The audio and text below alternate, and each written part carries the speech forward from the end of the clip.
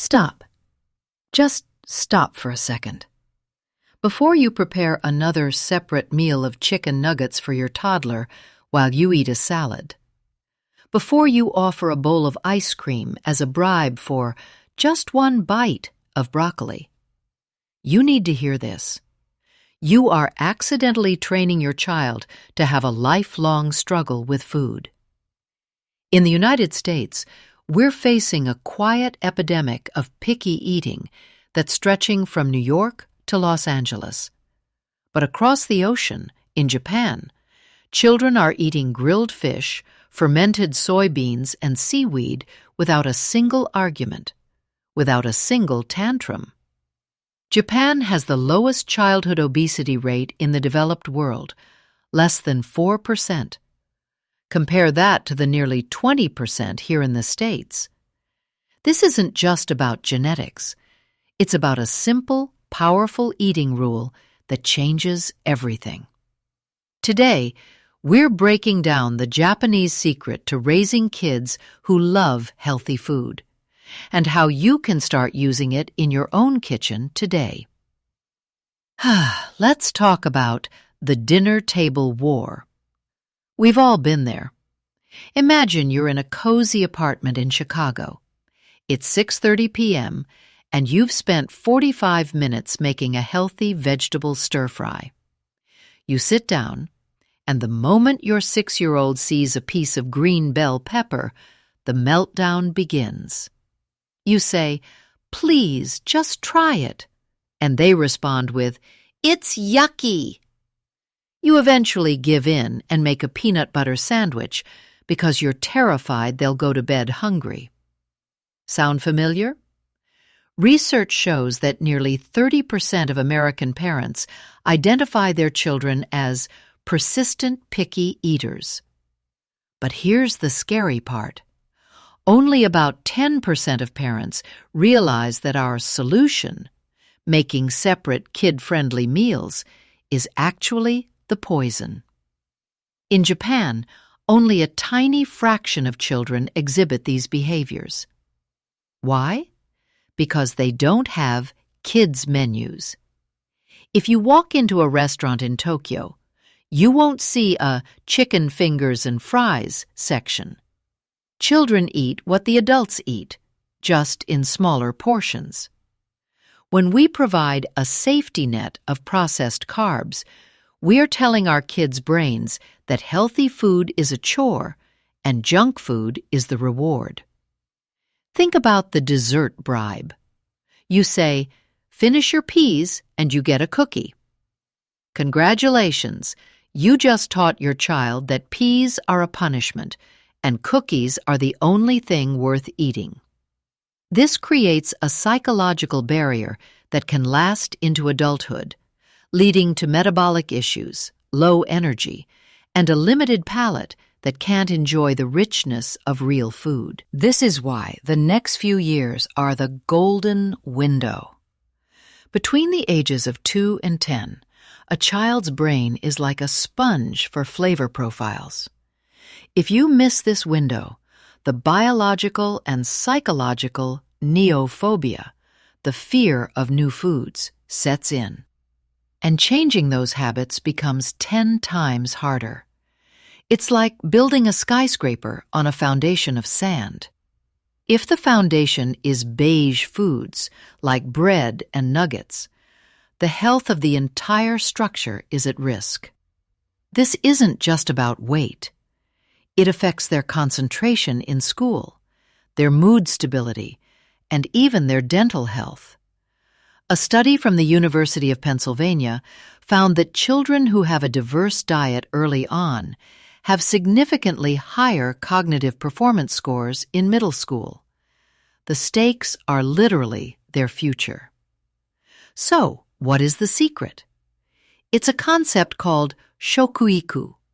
Translated literally, it means food education. It was actually passed into Japanese law in 2005. It's not just a rule, it's a philosophy that treats eating as a core subject, just like math or science. The goal is simple: to cultivate an appreciation for food and a deep understanding of where it comes from. There are 3 core principles: variety, appreciation, and social connection. Unlike the American focus on counting calories or hiding veggies, Shokuiku focuses on experiencing flavors. Let's compare. In a typical U.S. household, breakfast might be a quick bowl of sugary cereal while the child watches a tablet. The focus is on speed and filling the tank. In a Shokuiku-focused home, breakfast is a Mamezara-style meal. Mamezara means tiny plates. Instead of one giant bowl of one thing, the child is served 5 or 6 tiny portions of different things: a small piece of grilled salmon, a spoonful of spinach, a few slices of apple, a small bowl of miso soup. This is the flavor exposure mechanism. Even if the child doesn't love the spinach, it's only 2 bites. There's no pressure to eat a mountain of it. This reduces the fear of the food and increases the familiarity. Culturally, Japanese kids are taught the word Mottainai, which means don't be wasteful, and they start every meal with Itadakimasu, which means I humbly receive. This isn't just a polite phrase. It's an acknowledgement of the farmer, the fisher, and the plant itself. This creates a psychological bond with the food. When a child feels a sense of gratitude, they are far less likely to throw a tantrum over a carrot. To see how this works in practice, look at Kyushoku, the Japanese school lunch system. There are no vending machines. The kids actually serve the food to each other. They clean up the dishes. They learn that food is a community responsibility. The science backs this up beautifully. A 15-year longitudinal study from the Tohoku University Graduate School of Medicine followed over 50,000 children. They found that kids who followed the Shokuiku principles had a 40% lower risk of being overweight by age 15 compared to those who didn't. More importantly, they had significantly higher dietary diversity scores. Another study published in the Journal of Nutrition, Education, and Behavior showed that children who were involved in food preparation, a key part of Shokuiku, were 3 times more likely to choose salad over a snack later that day. Dr. Mitsuhiko Hara, a leading pediatric researcher, says, "The Japanese diet isn't just about the nutrients, it's about the discipline of the palate. We train children to enjoy the bitterness of vegetables and the umami of broth, rather than just the hit of sugar and salt." Are you ready to transform your home? Here is your 4-week Shokuiku-inspired checklist. Before you start, you need to change your mindset. Shift from, I need to get them to eat, to, I am teaching them to explore. Week 1. The Clean Slate.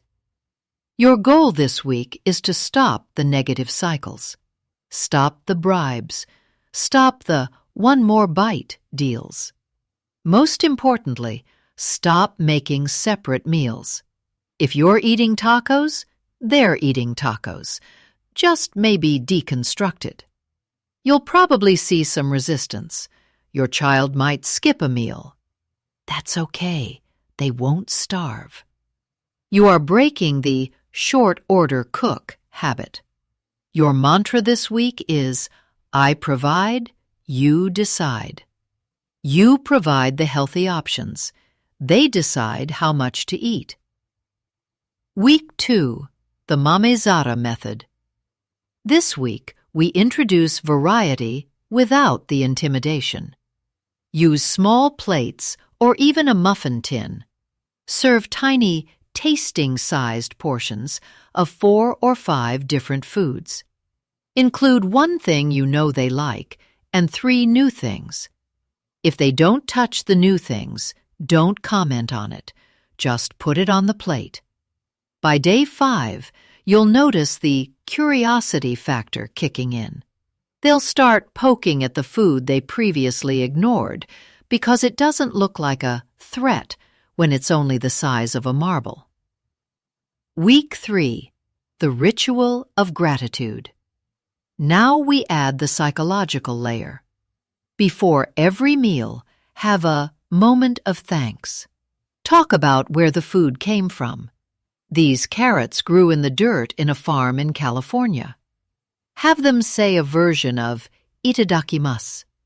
This teaches them that food isn't just a commodity that appears from a box. It's a gift. You'll find that they start to respect the food more. They might even start protecting their food from being wasted. Week 4. Empowerment. This is where the magic happens. Stop telling them what's healthy. Start asking them. Instead of saying, "Eat your broccoli, it's good for you," ask, "Which of these vegetables do you think gives you the most energy for soccer practice?" Or, "How does this radish feel in your mouth? Is it crunchy or soft?" This moves the control from you to them. They become the food scientist. When they ask for a snack, don't say no. Ask, "Is your tummy actually hungry, or is it just bored?" This builds the Hara Hachi boo instinct, eating until you are 80% full. Let's look at a typical day with this new routine.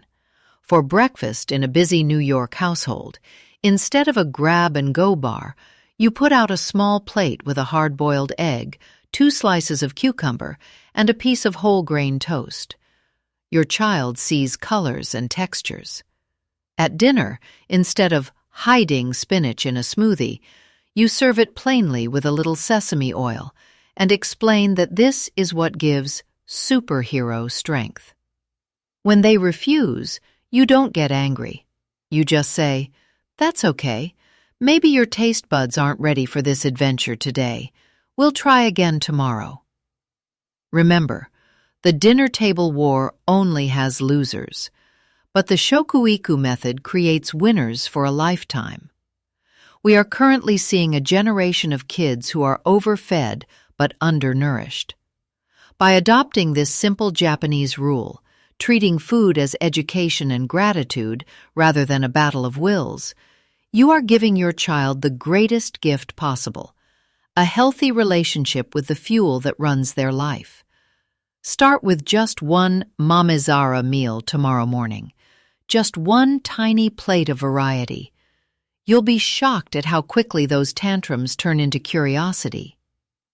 If you found this helpful, please subscribe and share this with a parent who is currently struggling at the dinner table. We can change the health of the next generation, one tiny plate at a time. See you in the next video. Itadakimasu.